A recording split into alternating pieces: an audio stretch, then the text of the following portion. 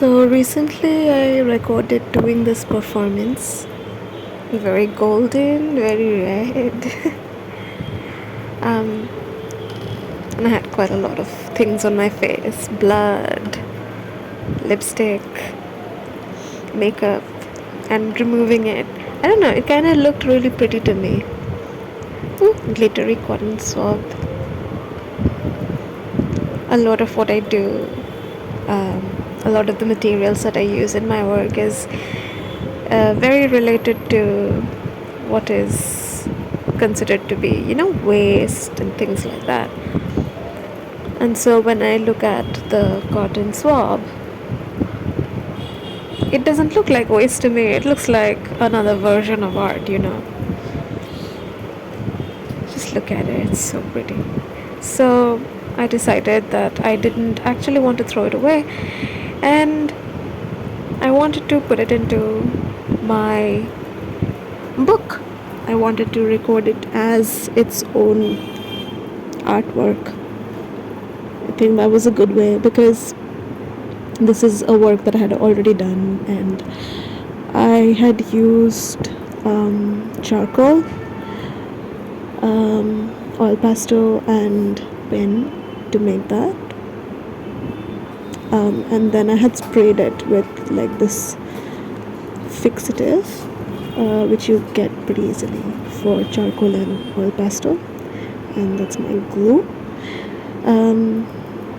I'd already thought about it that I was going to use my cotton swab on that artwork.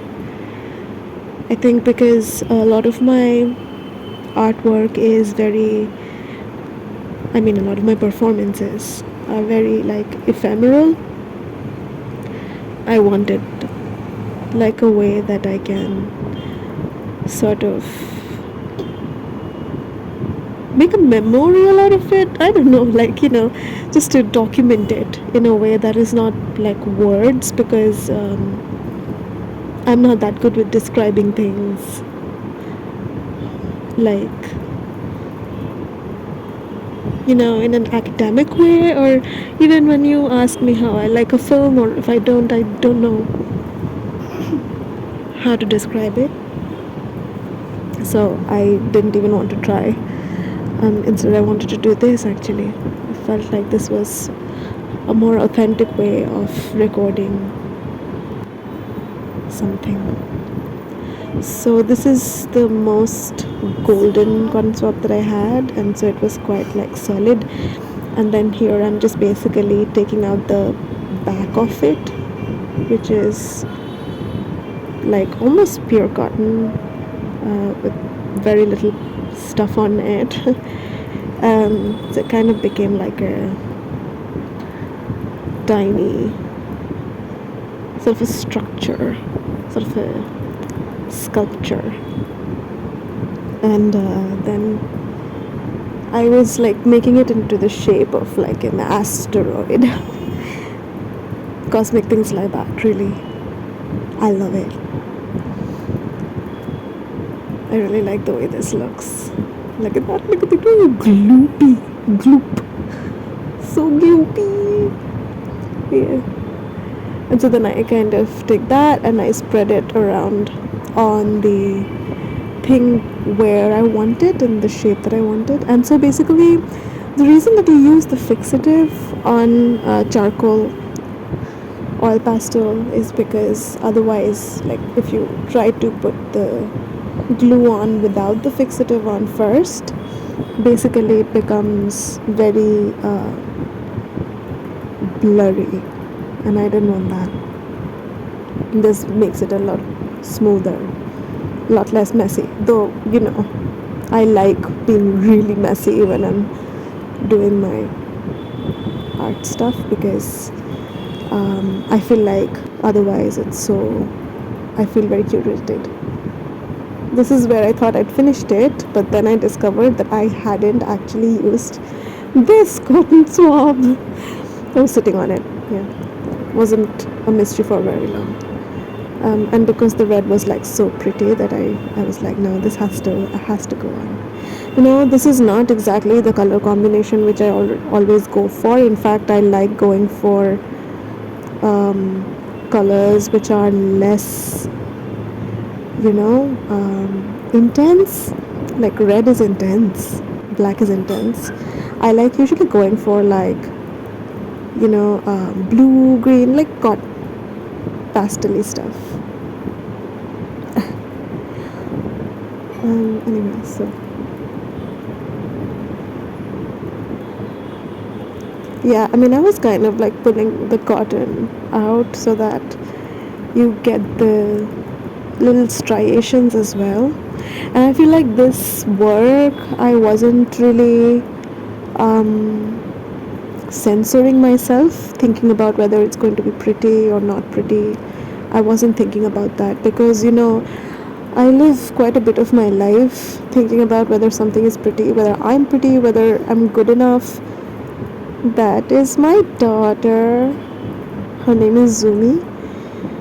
And if you have a cat, you know that everything has to get the approval of the cat's nose first. That's just how the world works. It's a law. It's a law of the physical world. But recently, I've just started making stuff without thinking about what it looks like, because I feel like when we censor ourselves thinking about like what someone will like, yeah, it gives us a sense of protection, especially if you're living in a place like India where you don't really have a lot of safety and security. If you are not a oppressor class caste cis man, you don't have any security if you don't at least fit their idea of pretty. So I have always tried to look that, but then recently I've been trying to sort of get away from that, because I realized that here I'm just like trying to like strike a pose, but I'm not getting this thing right. I do not know how to get my exposure to stay when I'm clicking. See, I click on it so many times, I don't know how to get it to stay. So then I just went for this pose. I think it works, and here it is, a messy piece of work. I love it. And I've been basically trying nowadays to listen to what I want, instead of that voice of fear inside me, which is like, oh, you have to look pretty. What it's actually saying is that I have to make sure I'm safe. I feel like I'll be the safest when I'm able to live the way I want, because that's the only way that I can ensure that my soul is safe, my conscience is safe. Otherwise, I'll be scared in my own skin, and that might please others, but I don't want to live like that. Okay, I love you so much.